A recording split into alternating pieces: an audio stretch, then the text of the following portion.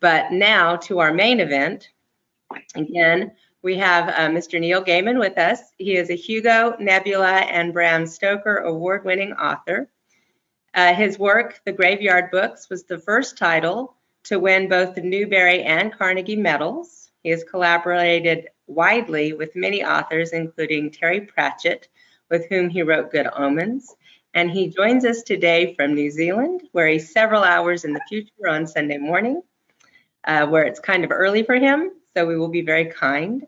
So first question is, how is the future, and do they have flying cars yet? They don't, which is honestly probably a good idea, because we're honestly not that far away from you time-wise. It is 9 o'clock on Sunday morning right now. And if flying cars had been introduced overnight here and you didn't have them in Texas, I think the world would be very, very confusing. But I'm always disappointed that, when you go to the future, particularly New Zealand and Australia, it isn't glittery, shiny, and a magical Jetsons place where they've sorted out all the problems. Although actually they seem to be on top of some of the problems that have definitely left Europe and America in the past on this, including being really on top of the whole COVID thing. Yes, they seem to be handling it better than we have up to this point. So we're going to jump in with some questions. We have some questions that have been submitted over the week from from people who have signed up for the program, and then questions that we came up here in the office ourselves. So we're going to start with some of those if you're ready. Absolutely, fire away. Okay. Much of your work has been made into movies and television. And do you find it difficult when someone else has creative control over the work that you've done? And do you ever see a finished product and think, wow, they just totally missed the point, or gosh, they made it even better than I thought it could be? Yeah, both. To take the last one first, there are times when you look at things and you go, oh, this is so much cooler than anything I could have imagined.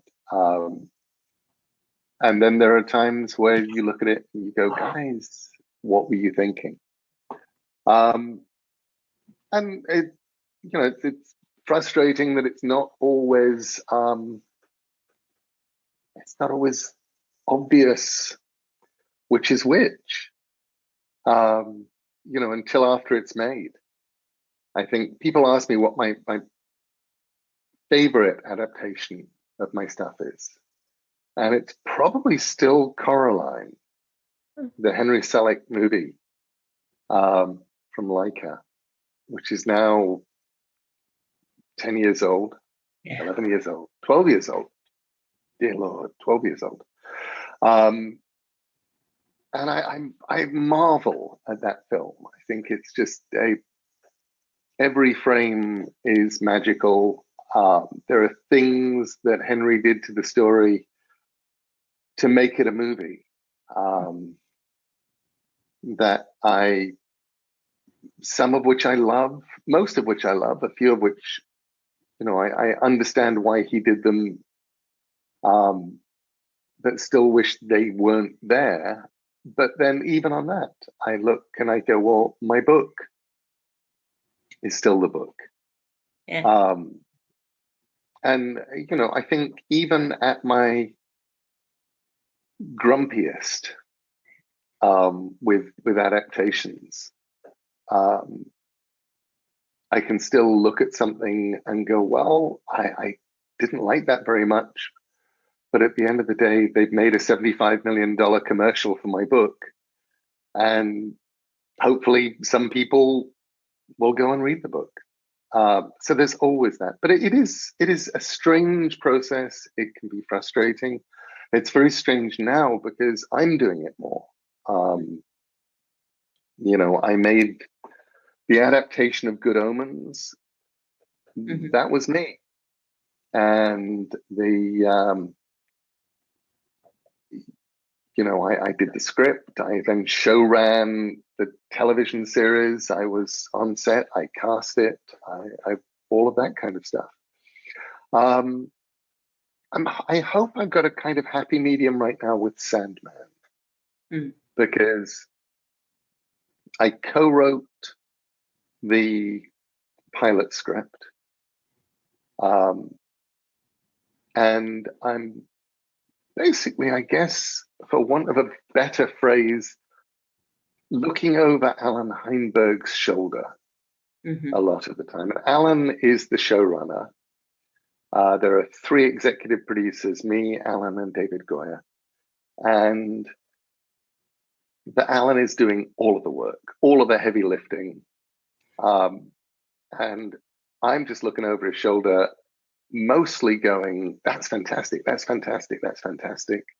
And occasionally going, I wouldn't do that if I were you. And sometimes, Alan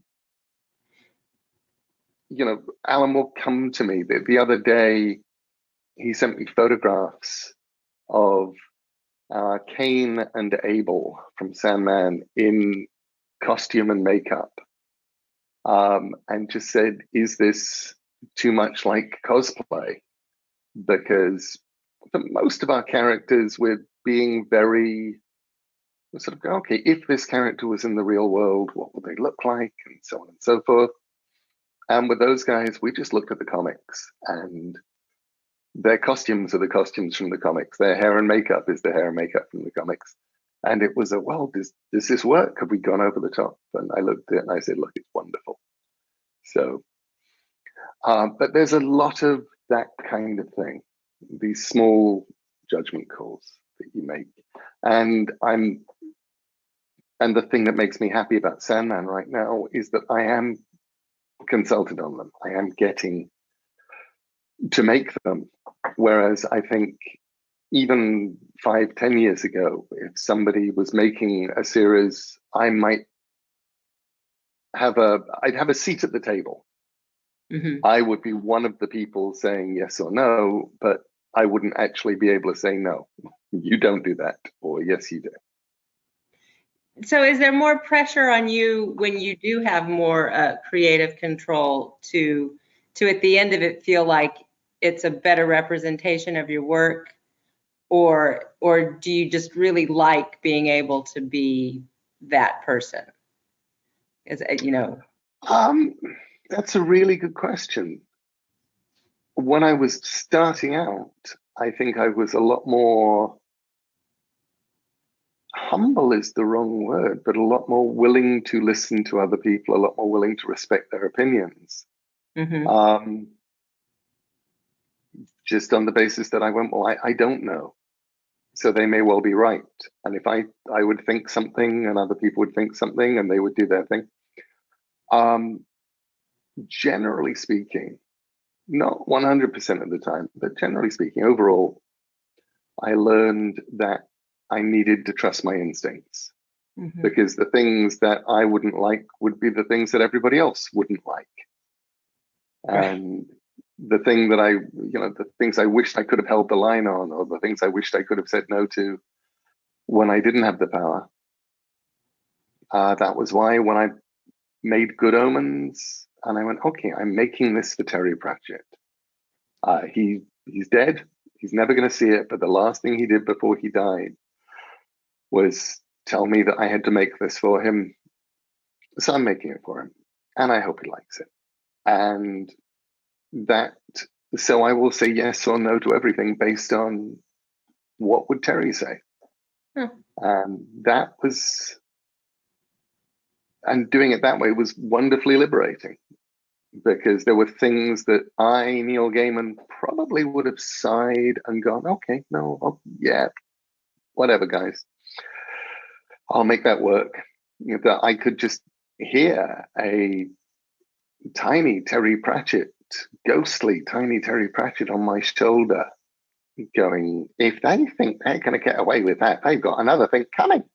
And I would have to go, okay, well, then I'm going to have to say no on this, and we're going to have to find another $900,000 to make that bit with, but okay, ghostly Terry.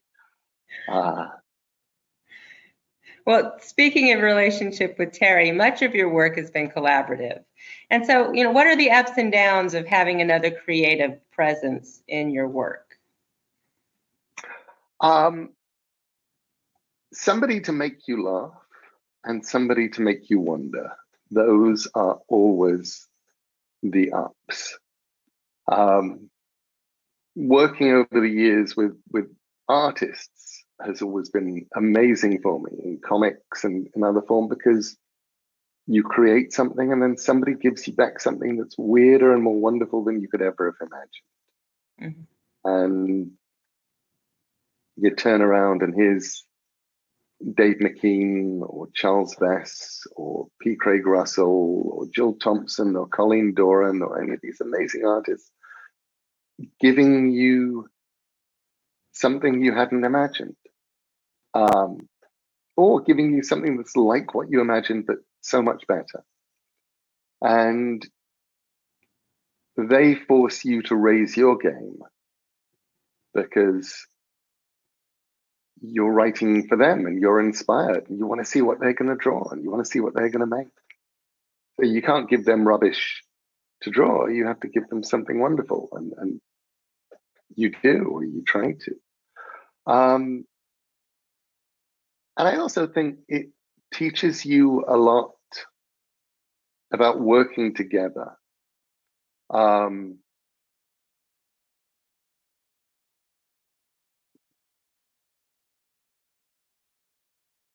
do I put this? In matters of art and writing and creation and aesthetics, people talk as if there are rights and wrongs, and they're absolutes. Mm-hmm. But they aren't absolutes. You can have an idea and somebody else can have an idea, and you can both be right. There isn't a right or wrong. There's just two ideas. And I think the thing that I learned collaborating, both collaborating with Terry Pratchett and doing comics in particular, when I'd be working with an artist, is you couldn't know who was right or who was wrong with an idea that's fundamentally an aesthetic idea, but you can know who cares most. Mm-hmm. And if there's two of you and one of you has an idea and the other one has another idea, you can absolutely go, okay, you care more about your idea than I care about my idea. Mm-hmm. So I can let my idea go. Let's follow your idea because you care. And I will always want to follow the caring and the excitement and that feeling that we're making something that matters. And I think of all of the lessons that I learned in collaboration, that was probably the most important. Just follow the caring. That's good advice. So, since we're talking a little bit about writing process, you write for so many different age groups, from picture books for the very small to very adult novels. And does the way you write change depending on the audience? Probably, yes. I'm always more careful and more obsessive about the words that I'm using for younger readers. And not just younger readers, because you figure that if you're writing something for very young readers, the people who are going to be reading it most will probably be parents and teachers, librarians, grandparents. And they may not just have to read it once. They may find themselves reading it several times a day if it's popular, hundreds of times a week. So you want to make sure that every word matters. Every word is in its place, that you put in stuff that's genuinely fun if you can for the adults to read or for the adults to do. And that for me goes all the way down. You know, I get so thrilled when I'll run into somebody who will tell me how much their 18-month-old loves Tuesday, my little book about a panda who sneezes. Yes. Because as far as I'm concerned, writing a book that an 18-month-old loves and gets into is, you know, that outclasses a lot of fancy literary awards. And by the same token, if you're writing for kids, you really need to be able to justify everything. You need to know what every word is doing. You need to know why it's there. In a way that, you know, if you're writing a novel like American Gods, it's 200,000 words long, 250,000 words, something like that. It's big and it's hefty, and you don't have to justify every word. You don't even have to justify every page. But if you're writing for a smart 9-year-old, they are on their, they're looking out for you to make any kind of mistake. They are absolutely fascinated by what you're doing. They're going to get into it much more deeply than any adult, and they're going to shake it and turn it upside down. And for all you know, you will wind up running into a smart 6-year-old who knows a book by heart. And you want to feel like they're the right words. So definitely writing for kids, I'd say, is harder. But ultimately probably more rewarding. And I think that's also true because if you write for adults, you're probably not going to change their lives. Mm-hmm. You may get lucky. You know, here's a copy of Neverwhere or something, and it's going to change somebody's life. That's wonderful. But you're much more likely to, if you're the right book for the right kid at the right age or the right point in their time, to literally change their lives. And a book like Coraline, where I've had people come up to me and just tell me that that book got them through their teenage years. That, you know, when things were at their bleakest, when things were at their worst, they could think, well, Coraline got through worse than this, and that gave them the power or the energy or just the willingness to go on. So, and you go, okay, that's a different thing to the thing that you're giving adult readers. You're giving adult readers a world in which if they enjoy the book, they may read it. You know, a few of them may read a book once a year. Some of them, if they love it, might read it once every 5 years. I try and make a point of reading Gene Wolfe's Book of the New Sun sequence once a decade. And it's probably the books that I love the most. So, and I go back to it, you know, once every 10 years. Kids read books they love uncountable times because a book becomes a place. It becomes somewhere that you can go that offers support. It offers escape. It can offer you friends. It can offer comfort. And it can also offer you the tools to deal with whatever you're trying to escape by getting into the book in the first place. So is there, like, I know there are books from my childhood that I read and reread and love, the Anne books and things like that. But is there a book from your childhood that you stumbled on again and it made you sad to have reread it? Oh, I think there are probably two different kinds of books that you loved as a child. And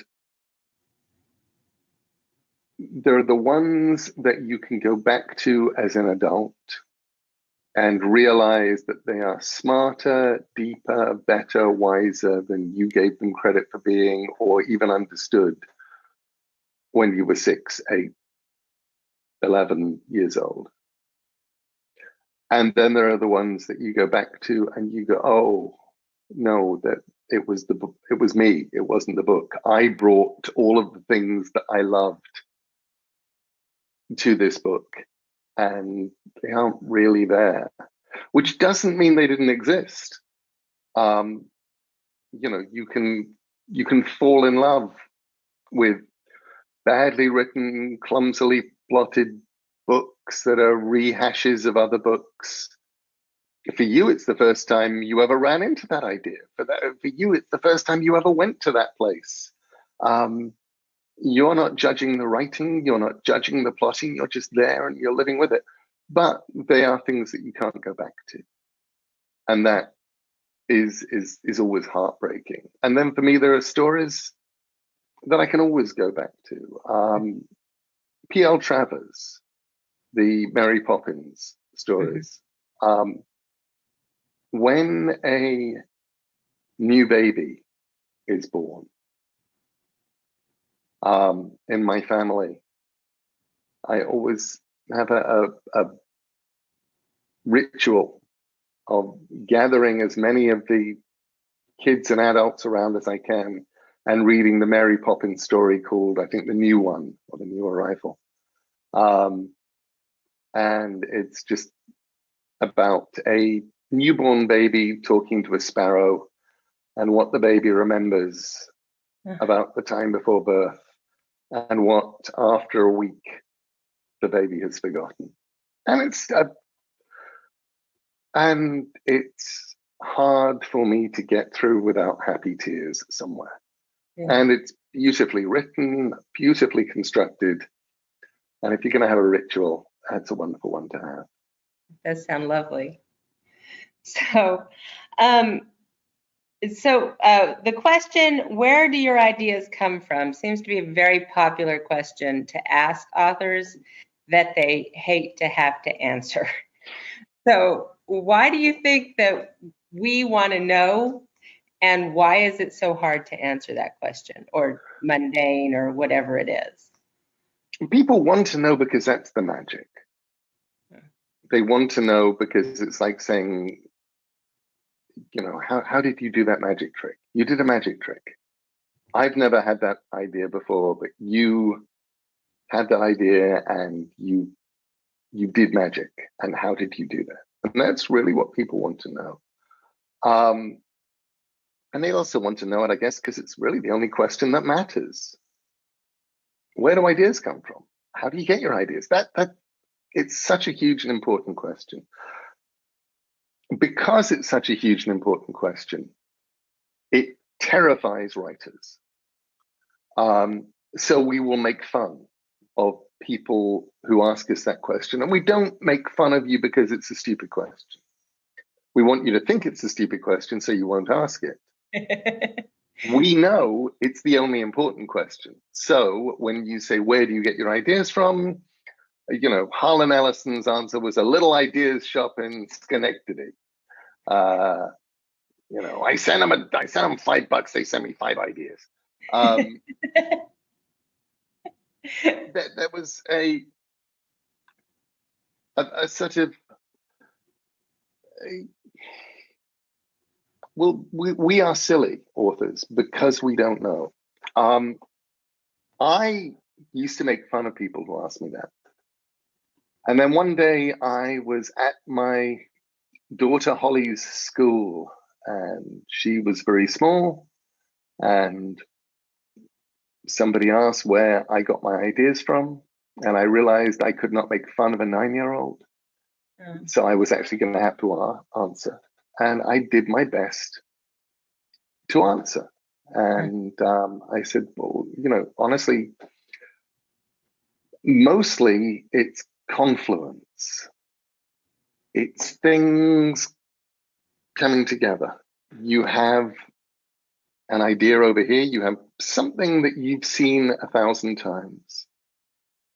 And you have something over here that you've seen 1,000 times.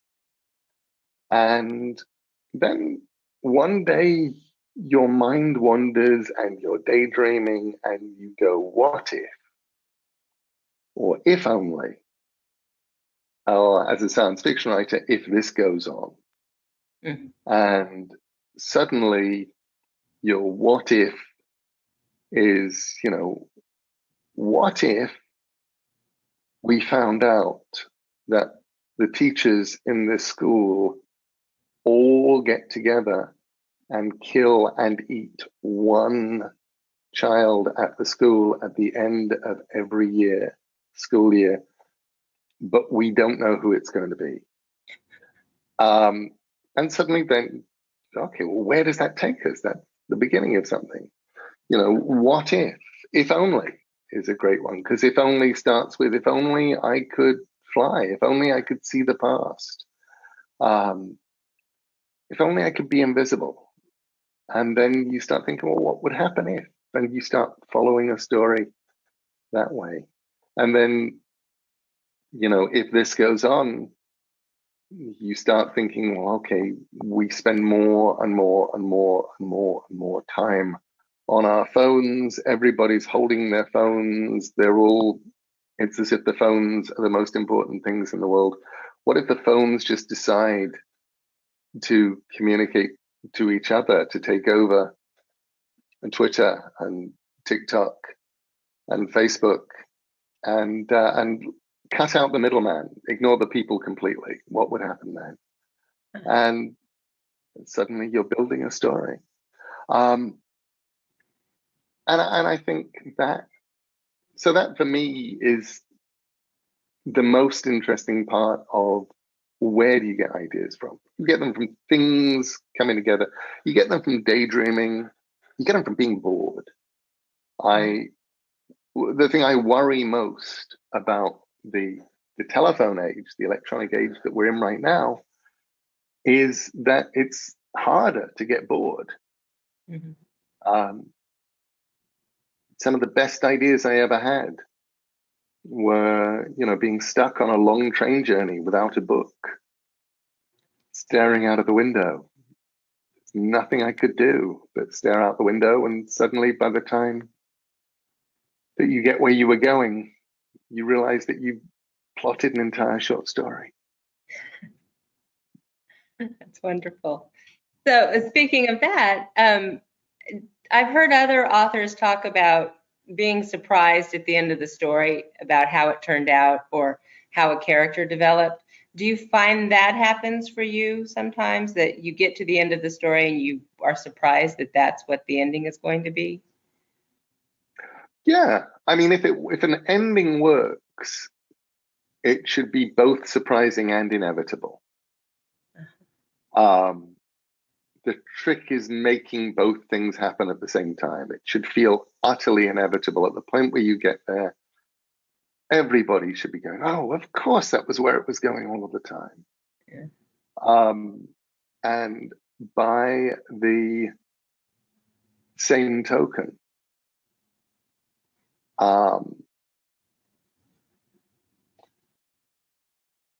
you want it to surprise everybody, and as the first reader of the thing, you want it to surprise you too. It has to feel like, you want to go, really? Oh, okay, I never thought it was going there. Films that I love the most are the kind of films where 75 minutes into the film, you can imagine a dozen different endings and they're all satisfying. Mm-hmm. And then the film goes off and does the 13th. I tend to get very bored with the kind of things where you sit down, you watch the first 3 minutes, and you can call everything that will happen for the next 2 hours. Yeah. That happens too often too, where you already know exactly everything that's going to happen and the timing of it even. So you do. You can tell how far through a movie you are by by how it feels. It's like, okay, oh, now we're in the Act 2 bit where they think they're getting it all together, and the heroes have just kind of won, and they can't have won because we have 35 minutes left to go, which means this is all going to fall apart in 5, 4, 3, 2. Oh, and now they're doomed and utterly doomed. Good. Now we've got 25 minutes for them to undoom themselves and actually win. This is where the plot happens. Yeah. Yes. Unfortunately, yes. So, we here in Texas have just lived through a week of sub-freezing temperature without power and water. And most of us felt like we've just survived a post-apocalyptic dystopian novel. And having survived it, I have to ask, what is the enduring popularity of that genre, do you think? Because, having lived it, I'm wondering why I liked all those books so much. The answer is because you get to experience them without having to live them. I think really it's so much more fun finding yourself in a awful dystopia when you're not living in an awful dystopia, where it's somewhere that you can visit for a book and you can think, and you can compare it to the world you live in and think the world I live in is better than this world that these people are living in. And how would I survive? Would I be okay in this world? Would I get out okay? I'm sure there were kids all over going, okay, well, I was selected for the Hunger Games. That kind of screws my city. We're doomed. I think that it's always interesting matching up what is going on in the world to what popular fictions take the world by storm, what genres are there, what they say about what we are. I have a 5-year-old son who is currently obsessed with dinosaurs, like all small boys. And being obsessed with dinosaurs, he's also obsessed with things that are like dinosaurs or dinosaur relations, dinosaur cousins. So I had to explain Godzilla to him a few weeks ago.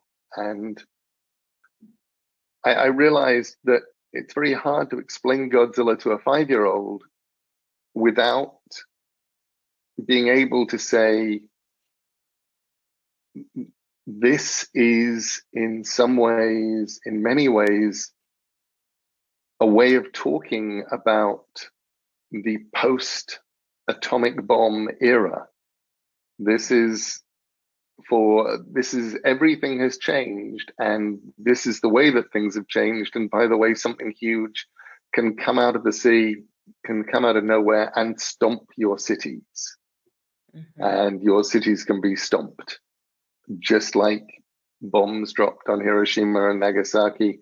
And this is not making light of what happened. This is actually a way of talking about it, confronting it. I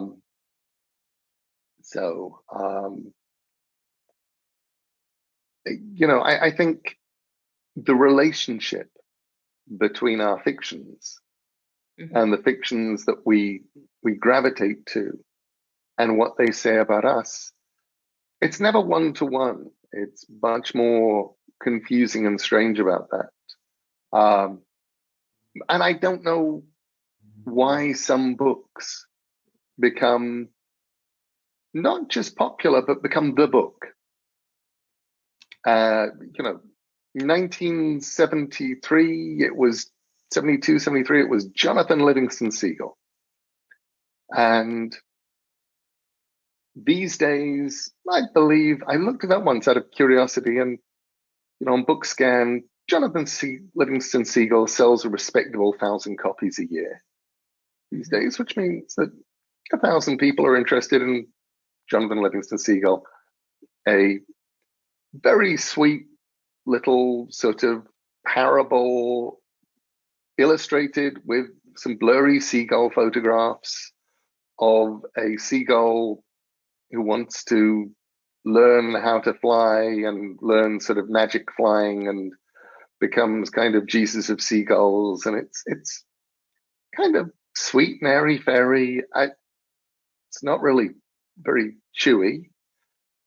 It's certainly not his best book. He wrote, Richard Bach wrote some decent books.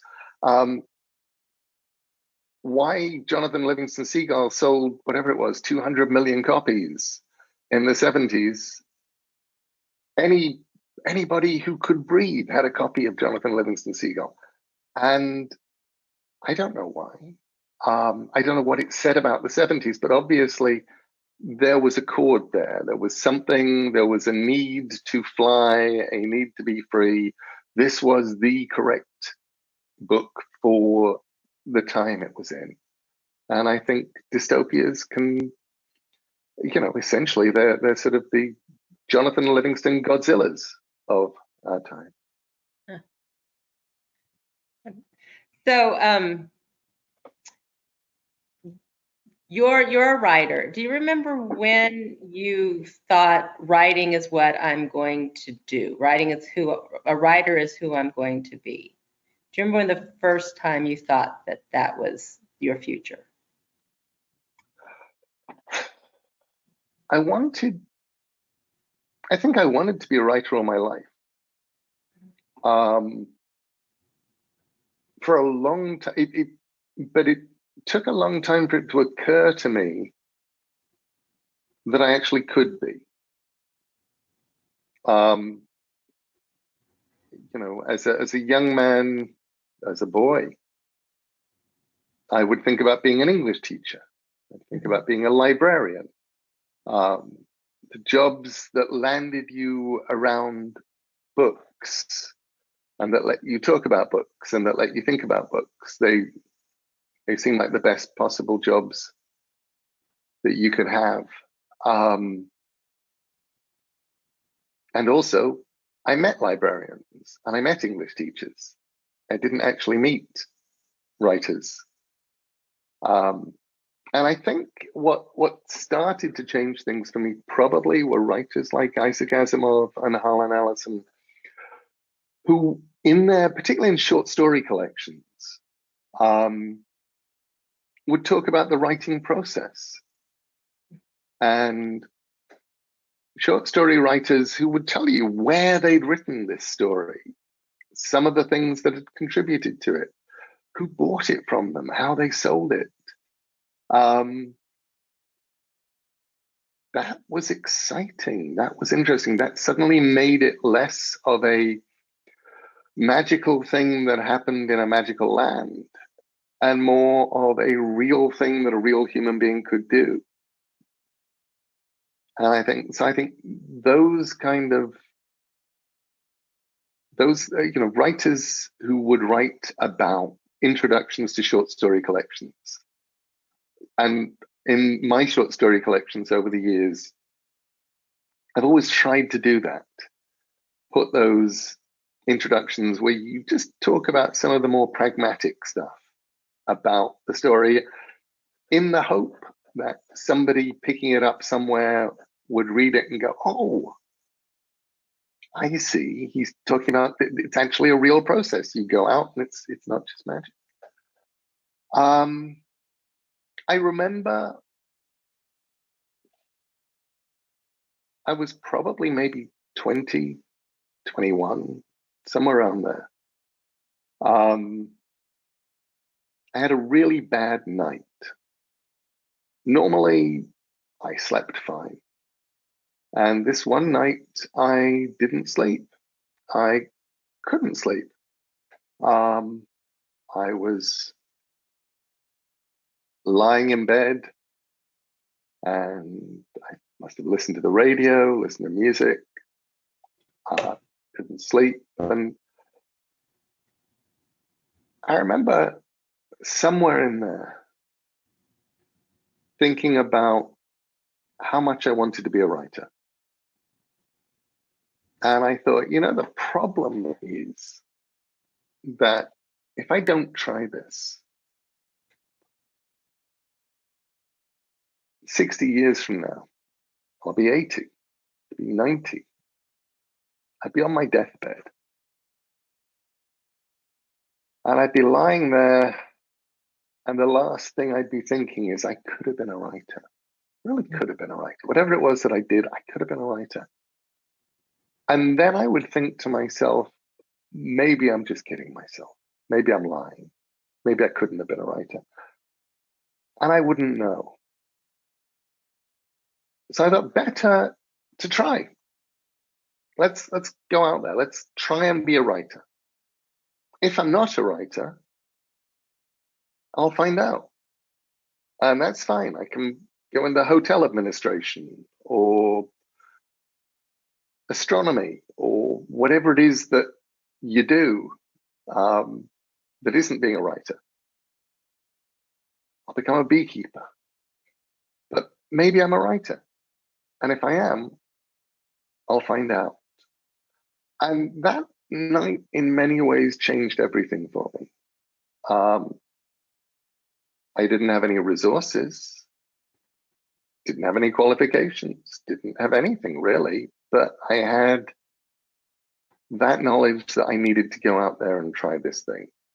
Because if I didn't, then it would drive me nuts for the rest of my life. And I did, and I was lucky because I was. You spoke a little while ago about short stories and how they affected you, and we have a question from the audience. You were mentioning the boredom on the train, and so our question is, which short story was inspired by the trip on the train?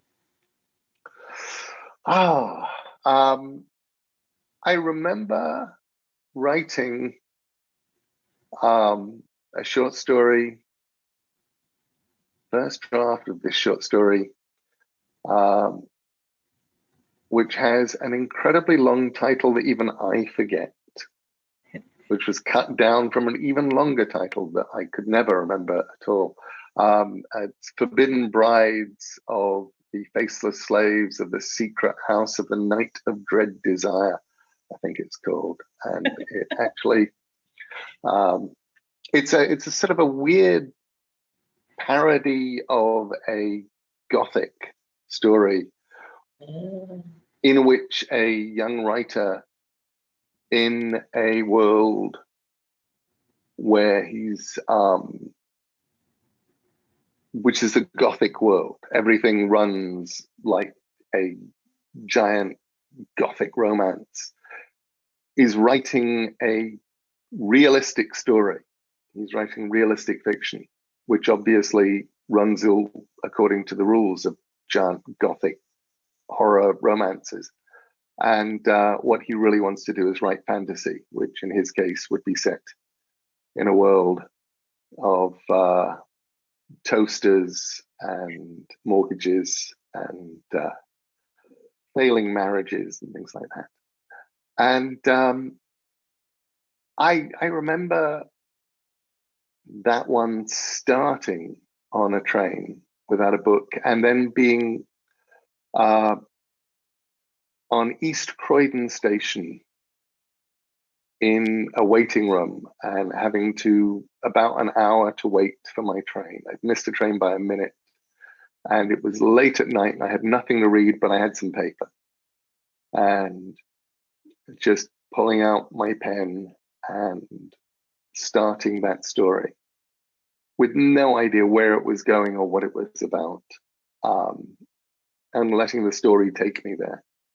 But that one, I think, would be an example of that. Yeah, wonderful. So do you remember what the first thing was you were ever paid to write?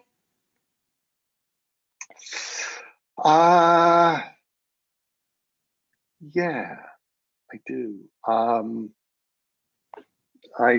First thing I think I was ever paid to write, I wrote there was a review that I did for a Crawley newspaper that I was meant to be paid for, and they didn't pay me. and it wouldn't have been very much. It would have been like $10 or $15, but that they did not pay me was a source of enormous grumpiness. But then I wrote and sold 2 articles, more or less back to back. And they were an interview with a writer named Joy Chant for She magazine, who, a very respectable magazine, who paid me £80, took all rights to the article and never printed it. And an interview with a science fiction writer named Robert Silverberg, which I did at the same time. And I did it for Penthouse, English Penthouse magazine. And they paid £300 and printed it in the next issue, which meant I never did anything more for She magazine. And I then spent the next 2 or 3 years of my life interviewing respectable people for very much less respectable magazines, but they paid. Well, that's a nice juxtaposition, British Penthouse versus She magazine. So it was. I wish it had been the other way around, but we have some questions that were submitted during the week, and so we're going to ask you a few of those. And the first one is will the play The Ocean at the End of the Lane be recorded so we Americans can see it? Which ends with also tell Ms. Amos hi. I will tell Tori hi. So with The Ocean at the End of the Lane, it was done at the National Theatre, and it was, the entire run was a sellout. It was a huge success. It was, they decided to transfer it to the West End. So it was meant to have gone on in London's West End in the Duke of York Theatre in November 2020. Oh no. And of course, it didn't, because all the theatres were closed. Right now, it's set to open at the Duke of York Theatre in November 2021. Everybody is hoping it will happen. I personally, at this point, am very cynical about this year and have decided this year is probably a wash for all of this stuff. So while obviously I hope that it happens in November 2021, I would not be at all surprised if it didn't actually finally happen in 2022. Whenever the West End of London, the theatres actually open up again, is when it'll happen. And when it does happen, obviously I would love it if it were part of the National Theatre's. They do this amazing thing where they film theatre, and then you can watch them at your local cinema and yes, so forth. And they've been rolling a lot of this stuff out. I loved getting to see Gwendolyn Christie in the bridge performance of a production of Midsummer Night's Dream, for example. Amazing stuff. And so I hope that it will get filmed, yes. But honestly, more than hoping it will get filmed, what I really hope is that there will be theatres everywhere again, and that the production will travel. I would love it to go to Broadway. I would love it to travel across America and across the world, because live theatre has its own magic. Live theatre can be special in ways that a film of live theatre can never be, can never tell you. You can't look everywhere at once. You can't follow the effects. There's a moment in the ocean at the end of the lane where it feels for the entire audience like suddenly they're under the sea, like an ocean has surrounded us all. The characters they've been with have transmogrified. There are moments of theatrical magic that are literally magical. They are unlike anything else. And those moments of magic are not magical in the same way if you're watching them on a screen. So I very much hope it will happen. Yes, we need to have the answer. And the question is, one, we need to have the production up and running before it can be filmed. Two, at a time when the production is up and running, hopefully that also means that the production can travel the world and pull more people into its amazing act of theatrical magic. You were talking a little bit about how COVID has affected the world. Have you found that the sort of enforced isolation that it's created for all of us, has that affected the way you write or changed your writing process in any way? Not really. There was a point when I was in the UK in 2020 in early lockdown when I was miserable, but I actually was getting a lot written. Mm-hmm. And then there was a point in sort of the second half of last year in the UK when Zoom had become a thing, when everybody had realized that everybody was at home and that nobody could escape any conferences, meetings, or calls, during which my entire day would turn into Zoom calls. And it actually it was a sort of a slow encroachment. And of course, the other thing about Zoom calls is they always take up the entire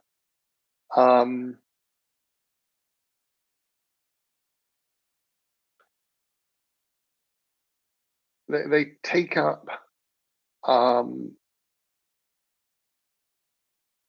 as much time as they're allotted. It doesn't really seem to matter how much everybody has to say. If you're down for a 1 hour Zoom call with 12 other people, you sort of get through everything you had to get through in the first 12 minutes. And then people stay on the call saying things until the hour is done. Yeah. And if you're me, you spend that entire time thinking I could be working. So right now I'm in New Zealand. I'm enormously glad to be reunited with my wife and with my son. And the best thing about being in New Zealand is because I'm so far time-wise from the UK in particular, nobody actually, the calls that I do are either at 8 o'clock in the morning or 9 o'clock in the evening.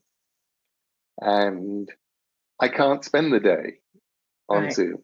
So I've actually wound up now with time to write again. And that is marvelous. Just having that time back and getting the writing back is marvelous. Well, I'll say that I think we're all equally thrilled to hear that you're writing again. So it makes us happy as well. Some more questions from our audience. Some of these seem like inside jokes. So did you ever find out who gave you that box of comics in your youth?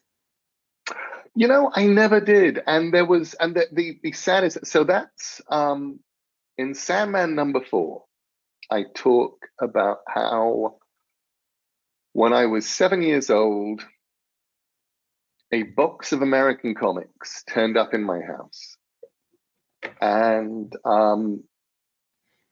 they were, a bunch of DC comics, a bunch of Marvel comics, and I was reading Fantastic Fours and Green Lanterns and the Hawkman and Batman, and it was just wonderful. And it was what got me hooked, and in many ways gave me my career as an adult, writing comics, my first career. And I wrote this essay and mentioned that I had no idea where this box of comics came from. I didn't know anybody who read these things, but one day this box turned up. And many years later, I probably wrote that essay in 1989, maybe 88. And years on from that, I mentioned to my father that I'd written about that box of comics. And he said, "Oh, yeah, I know all about the box of comics. I'll tell you what, next time I see you, I'll tell you who they came from. I'll tell you the whole story of that box of comics. It's got a really interesting story." And I thought, great. And then he died of a heart attack, suddenly, surprisingly, and shockingly, in March 2009, before I could see him again. And I never found out. And that the fact that it's not just me going, I don't know who that box of comics from, but the fact that my father actually knew, and there is apparently a story there. And so that's one that he took with him to the grave. Oh, darn. So there are apparently rumors that there's going to be a Coraline 2. And so I guess our question is, how accurate is that? And will Coraline Jones take her role as hero, or will there be a new child to defeat the Bedlam?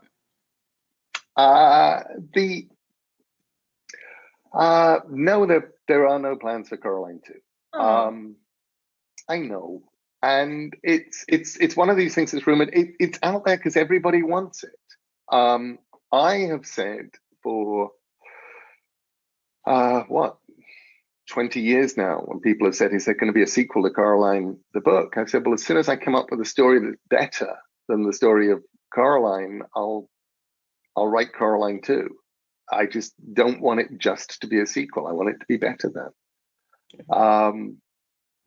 And I think the same is kind of true of Laika, and the film is, I think the thing is, people want more Coraline, which is why every time a Coraline 2 rumor comes along, it gets embraced and people get excited. Every time, last year, there was a day when the internet decided that a live action Coraline was going to get made. And everybody got very excited. And I had to be the one going, no, this is just something somebody on the internet made up. And it's not a thing. But you could watch the hundreds of thousands of people getting excited about it. And I felt awful having to pour cold water on them. And I always feel awful pouring cold water on Coraline 2s. So it may well happen. I'm not saying it's never going to happen. I'm saying for a book, I'd need to come up with something better. For a film, Laika don't want to make anything that's not as good as Coraline. Coraline, has sort of moved to classic status, and it's a beloved classic status. Yeah. And it's a beloved classic that actually people care about. So how we would do, everybody comes up to me and they all have great ideas, and I tell people, don't tell me your ideas, although their ideas are exactly the same as the ideas of the last people, which tend to be either, can we have Coraline's daughter? versus the beldam, or what about a story where, set in the same kind of time where Caroline now goes to school and the beldam is now her teacher, because that's something kids love the idea of. And for all of those, I'm like, okay, but they don't make me go, oh, this is the best idea. This is just, oh my gosh, this is going to be so much fun. Nobody's going to expect this. This is going to be so cool. If ever I come up with one of those. Yes. I imagine that it is very hard when you have a book that you've written and loved, and we all do want more. I mean, really good books make us want more and want to keep living in that world. And so I'm sure there's always a constant tension between giving us what we want and not creating something that doesn't live up to the standard of the first. So I think for me, and especially because there's always something else that's waiting to be written that is exciting for me. Yeah. After I did Caroline, the next children's book I wanted to write was the Graveyard Book. And, after that, the next one I wanted to write was Fortunately the Milk. And they're nothing like each other. Yes. And when I finish, the next thing that I'm doing is a very strange book about librarians and frogs.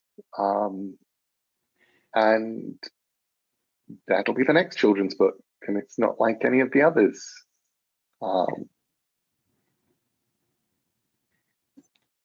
Do we have some more questions from the audience? So one of them is, will there be an adaptation of the Anansi Boys? There will. And there will.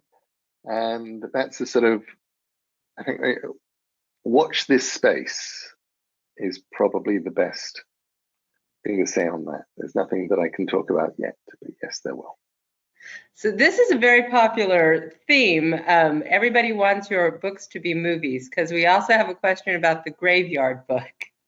Any chance that will become a movie in the future?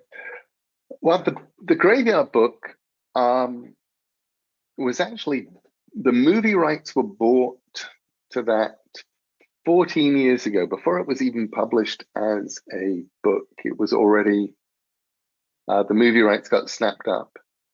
The company that snapped them up wound up selling them on to Disney, who currently control them.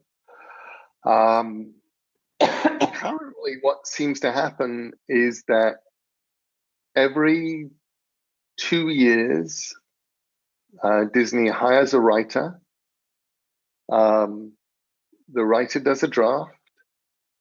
I get a call from Disney saying, we've got a draft in, we really like it, but it's not quite there, so we're not going to show it to you yet. We're asking them to do another draft.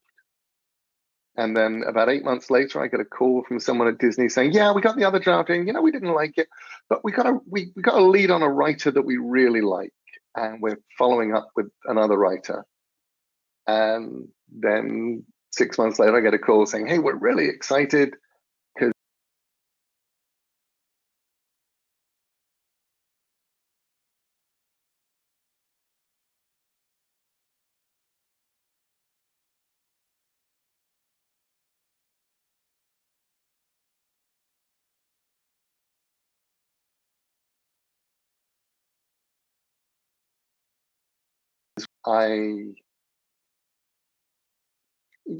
it's one of those things where I suspect that if we were making it, if it was now, I would have a lot more control over the process. And but then again, we didn't sell the film rights. Now we sold them back in 2007.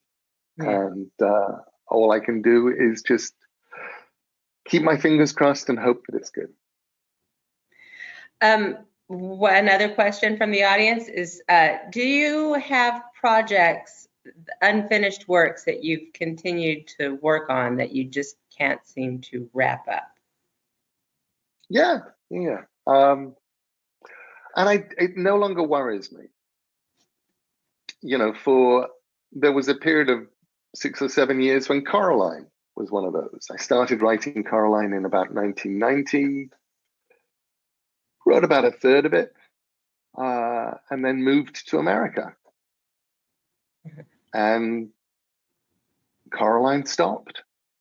And it wasn't until I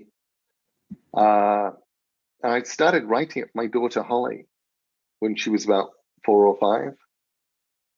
And suddenly one day I looked around and realized that Holly was now 12 or 13. And Maddie, her younger sister, at that point was 4 or 5. And I thought, well, if I don't write it now, Maddie will be too old for it when I finish it. And the whole point is doing it for them. So that was what spurred me into finishing it. At the time, I had no time. But I was determined to finish it. So what I did was I got a notebook by my bed and a pen by my bed.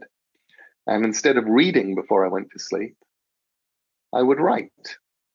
And I'd write, as far as I was concerned, if I wrote just 50 words, that was fine. I'd write 50 words, 70 words, 80 words of Coraline.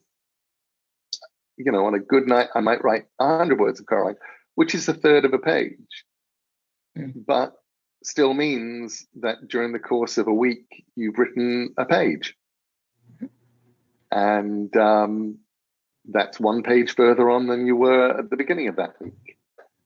And that was how an awful lot of the middle of Coraline was written, just one paragraph at a time before sleep.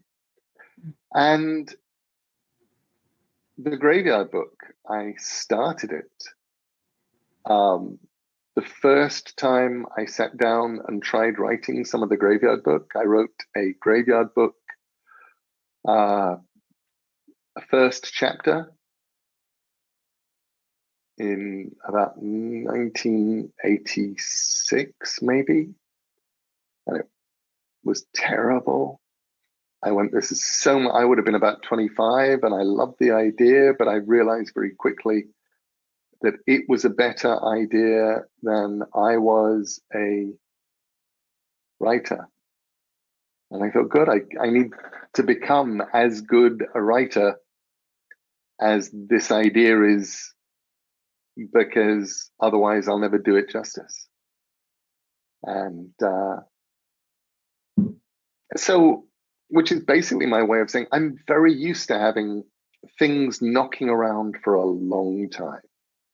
And I'm good with that. I know that, you know, nothing's ever dead. There are very, very few short stories or books or whatever that I think of as dead. Even the ones where I go, I have 3 pages here, but it's fantastic. I stopped writing it because I have no idea what happens on the 4th page. I go, one day I may be sitting at a middle school play with all of my attention on the stage, slightly bored, and suddenly I'll go, I know what happens on page 4. And this 20-year-old story will come back to life. So sort of along those lines, are there things that you wrote when you were first starting out that you wish you could rewrite now as a more experienced author? Yes and no. Mostly no. There are definitely things that I look at and I go, well, you were younger. But there are also things that I did because I knew no better. There are rules I broke that were all the better for the breaking because I didn't know they were rules. And I don't go, I wish I could take this thing that I did a long time ago and retool it, refit it. I do sometimes, I love the fact that every now and again you get a chance to change things for a contemporary audience. Mm-hmm. We're doing that a little bit, tiny bit in the Sandman audio, the Audible version of things, where we're trying to be very, very faithful, but every now and then we'll go, this is how we did things in 1990, but that was 31 years ago, and we don't have to do things like that now in the same way. Mm-hmm. And we're doing that a lot more in the Sandman TV show, Mm-hmm. where I can go, oh, okay, well, that was the 1990 version of this. What would the 2012 version look like? What would it look like if we'd known everything that we knew now? Would I have done this particular thing? Would I have cast this character this way? Our audience also asks, when you come up with a story idea, do you know right off the bat what age level that story is going to be for? No. No, I don't. And sometimes it can drive me nuts. The ocean at the end of the lane, I didn't know while I was writing it if I was writing a children's novel or not. And the manuscript of the notebook in which I was writing it, every now and then would stop and I'd have a little conversation with myself in it about, is this for adults? Is this for children? Who is this for? And eventually I decided, probably 3/4 of the way through writing it, that probably it was an adult novel. And it felt like an adult novel because I thought, I don't think it offers hope in the same way that I would like a children's novel to offer hope.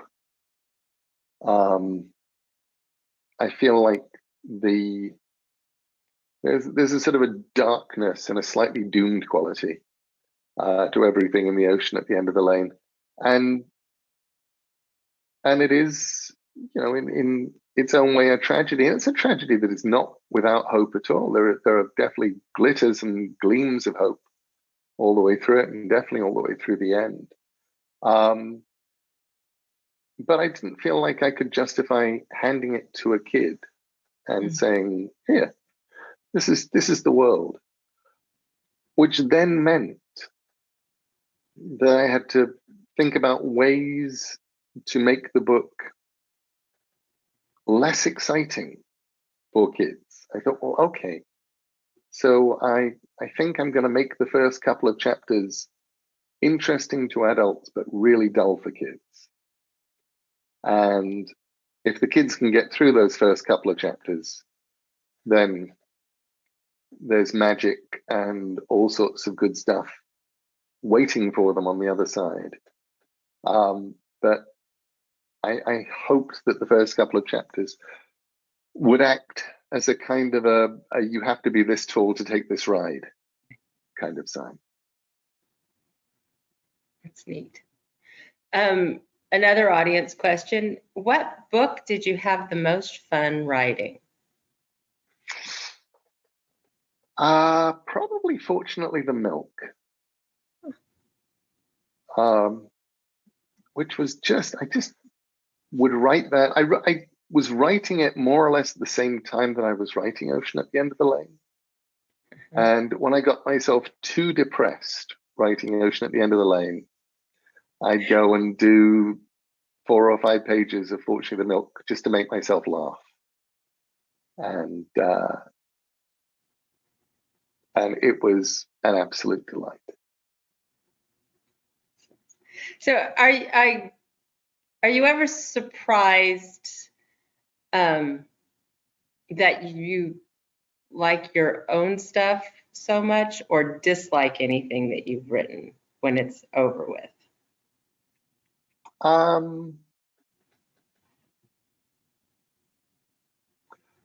It's always, you always have this vision of the thing that you're trying to write when you start, the platonic ideal of the thing that you're writing. And it's going to be flawless and beautiful and brilliant and not like anything anybody else has ever written, and magical and inspiring and glorious. And all of the words are going to be perfect, and the plot is going to be fantastic, and this is going to be the best book. And then when you've finished the thing that you actually are making, it's always rather more like one of those things that you take home from school after your first or second introduction to trying to make things out of clay at school, and you take something home for your parents, and you're not really sure if it's an ashtray or a failed plate, but it's the thing that you made. And that tends to be how I feel about something when it's done. And then the years go by, and I can often look back at what I've made and actually get more objective about it. And at the point where it doesn't quite feel like it was me that made it, I can go, okay, well, this is what I actually made. And what I actually made is good, or what I actually made is flawed, or what I actually made is really interesting, or what I actually made, there's some really good stuff going on in it. But that,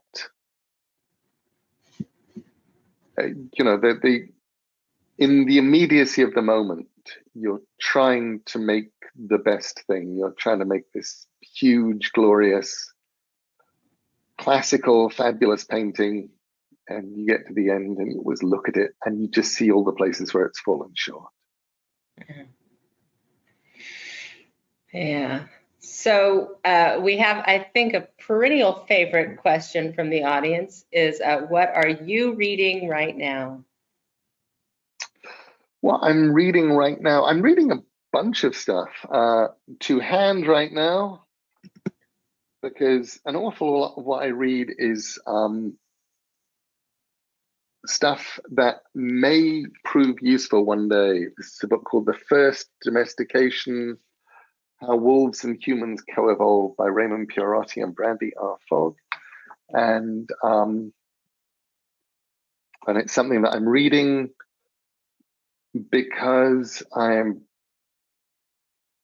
having, last year I spent the whole of my year at home, which is something I never, ever, ever do. I haven't spent 9 months contiguously in one place since I was 25, something like that, 26.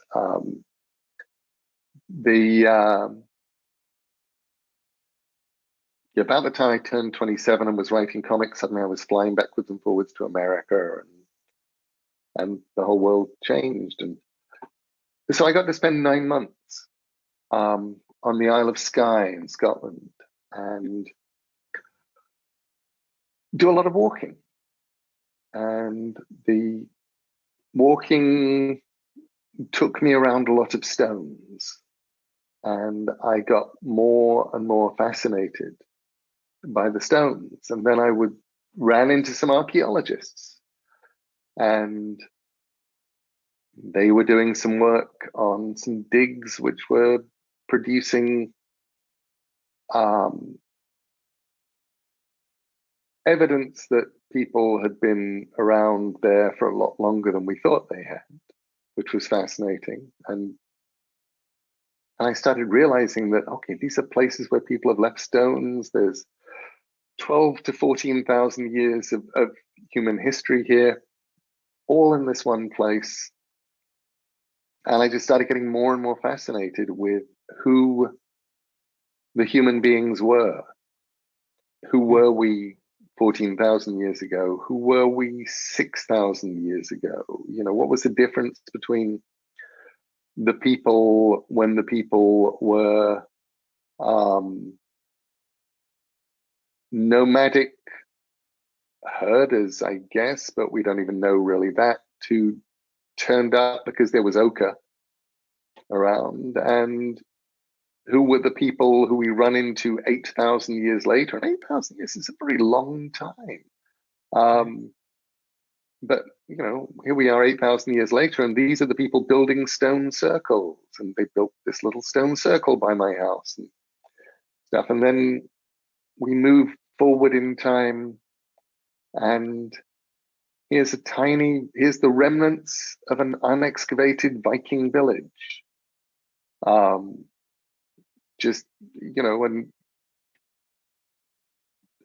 few hundred yards to the left of that. And you realize that you have thousands of years of time all going on, and everybody's left their stones behind. And they've moved the stones around. And so a lot of what I'm reading right now is books about people and time. Books. I'm just reading a bunch of books about the tribes of Tierra del Fuego. And one reason I'm reading books about the tribes of Tierra del Fuego, who were shockingly and heartbrokenly killed in a genocide that I didn't even know about. I knew we'd killed off the indigenous people of Tasmania. I didn't know that we being, I guess, 19th century, 20th century, the sheep farmers who started farming down there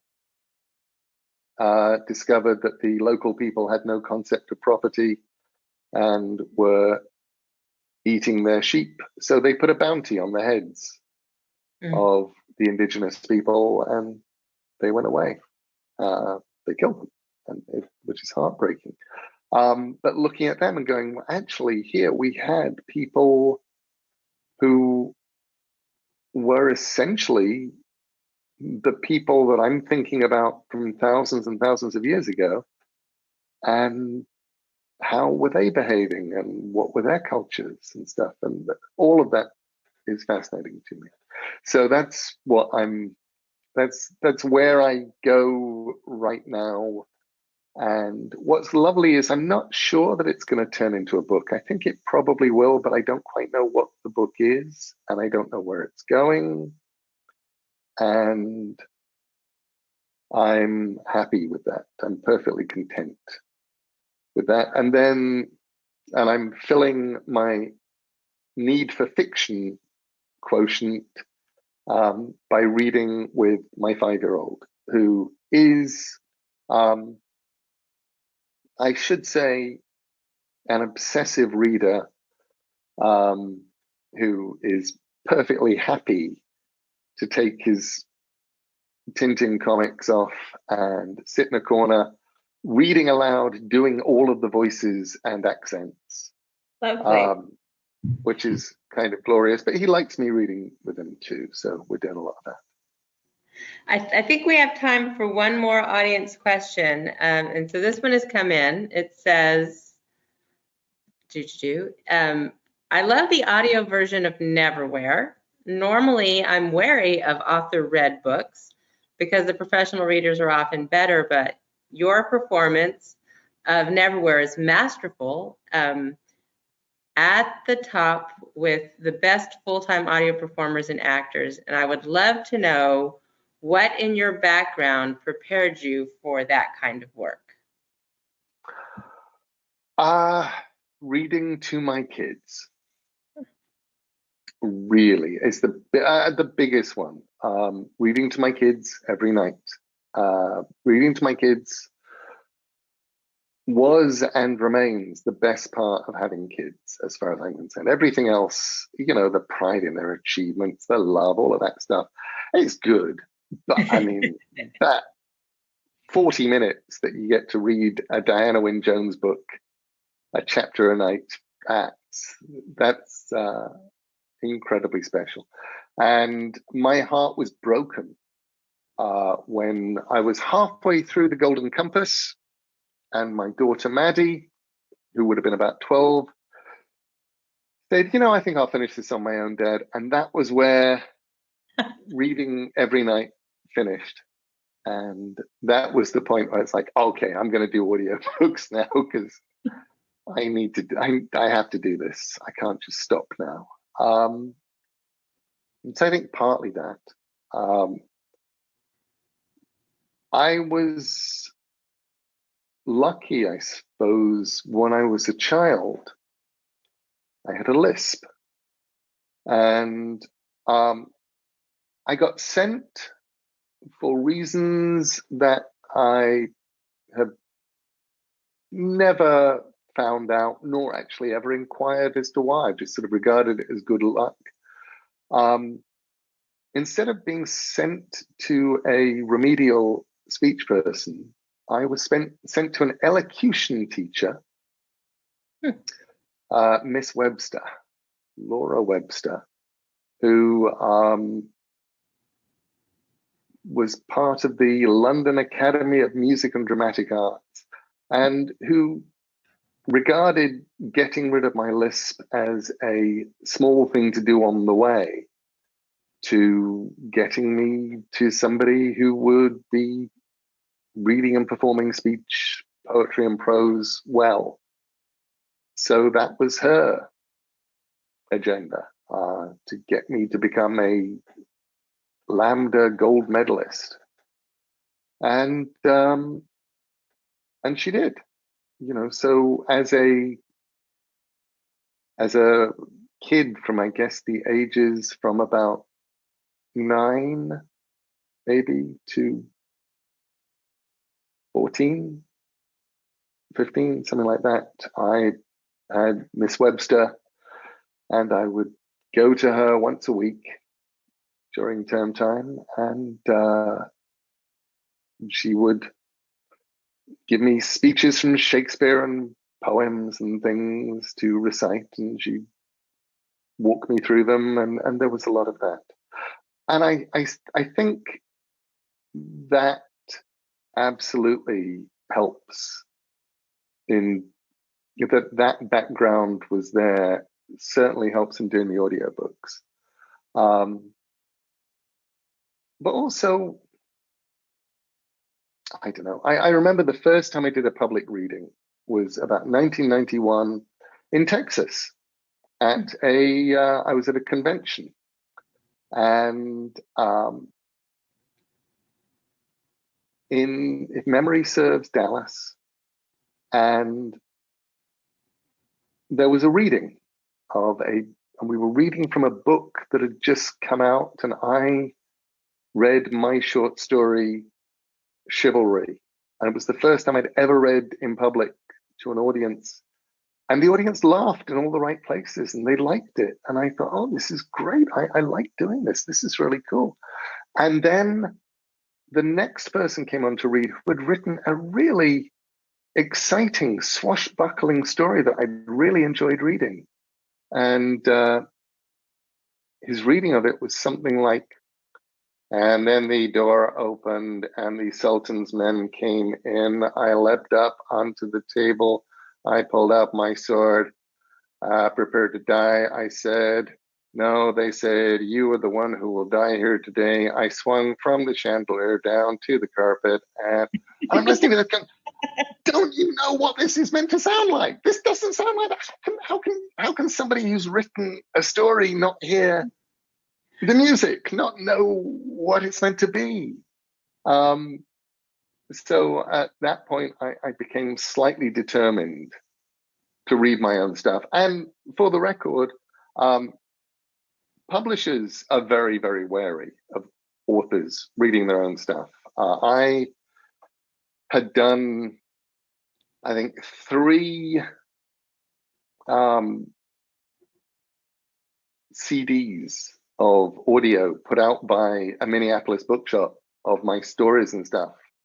ad that had done well and was successful, which was necessary to convince a very hesitant HarperCollins to let me read Coraline. And Coraline was the first audiobook they let me do. I wasn't allowed to do any of the ones before that.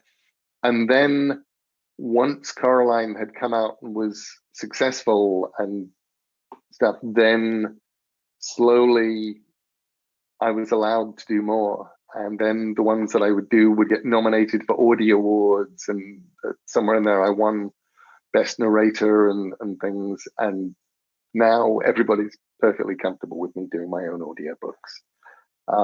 But it was definitely a battle. It wasn't easy. Well, I think that's a wonderful question for us to end on. It was really nice to hear that perspective, and we cannot thank you enough for sharing your time with us today. This has been a wonderful event. I hope it was as enjoyable for you as it has been for all of us. I wish we had a large audience so you could hear the applause that I'm sure is going on all around us. Thank you again for your time. It's been wonderful, and you've been very generous. To everyone else, sorry. Thank you. To everyone else, as I said, please check our website for the other BrazCon events. And thank you all for being with us today. That was so much fun, Lisa. Thank you. What a great Sunday morning. I'm glad you enjoyed it. It's been really, really special for us. I appreciate the opportunity to talk with you. So welcome. And thank you. Good luck. Bye-bye. Bye.